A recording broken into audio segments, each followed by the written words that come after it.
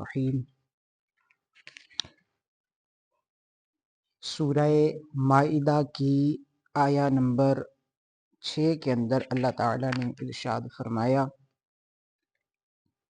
یا ایھا الذین آمنوا اذا قمتم الی الصلاۃ فاغسلوا وجوہکم وایدیکم الی المرافق وامسحوا برؤوسکم وارجلکم الی الکعبین وان کنتم جنبا فاطہروا وَإِن كُنتُم مَّرْضَىٰ أَوْ عَلَىٰ سَفَرٍ أَوْ جَاءَ أَحَدٌ مِّنكُم مِّنَ الْغَائِطِ أَوْ لَامَسْتُمُ النِّسَاءَ فَلَمْ تَجِدُوا مَاءً فَتَيَمَّمُوا صَعِيدًا طَيِّبًا۔ اس آیت کریمہ میں اللہ تعالیٰ نے وضو کے فرائض بیان فرمائے اور اس کے بعد ارشاد فرمایا کہ اگر تم میں سے کوئی جنبی ہو جائے تو خوب پاکی حاصل کرو۔ اگر تم جنبی ہو جاؤ تو خوب پاکی حاصل کرو، اور اگر تم بیمار ہو جاؤ یا سفر پہ ہو یا تم میں سے کوئی بیت الخلاء سے ہو کر کے آئے یا تم نے عورتوں کو چھوا ہو، مراد ہے یہاں پر صحبت کی ہو، اور پھر تم پانی نہ پاؤ تو پاک مٹی سے تیمم کرو۔ اب یہاں پر اللہ تعالیٰ نے جو ارشاد فرمایا وَإِن كُنتُمْ جُنُبًا فَاطَّهَرُوا، اگر تم جنبی ہو تو خوب پاکی حاصل کرو، اور اگر تم مریض ہو یا سفر پہ ہو یا تم میں سے کوئی بیت الخلاء سے ہو کر کے آئے، یعنی بیت الخلاء سے اگر کوئی ہو کر آیا ہے تو اب اس کا وضو جاتا رہا، اب اس نے دوبارہ سے وضو کرنا ہے۔ پانی ہے تو وضو کرے گا، پانی نہیں ہے تو پھر تیمم کرے گا، پانی نہیں ہے تو تیمم کرے گا۔ اسی طرح عورت سے صحبت کی تو اگر پانی ہے تو پھر غسل کرے گا، اور اگر پانی نہیں ہے تو پھر غسل کی جگہ تیمم کرے گا۔ یہ آیت کریمہ آپ نے جو ہے وہ ذہن نشین رکھنی ہے، انشاءاللہ اس کا حوالہ آئے گا۔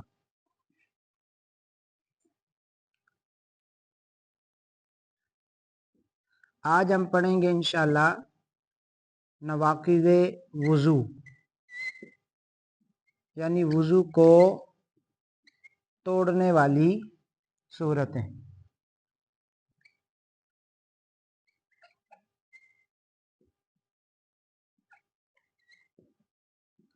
نواقض وضو، جن صورتوں میں وضو ٹوٹ جاتا ہے، آج انشاءاللہ ان کا بیان ہم سماعت کریں گے۔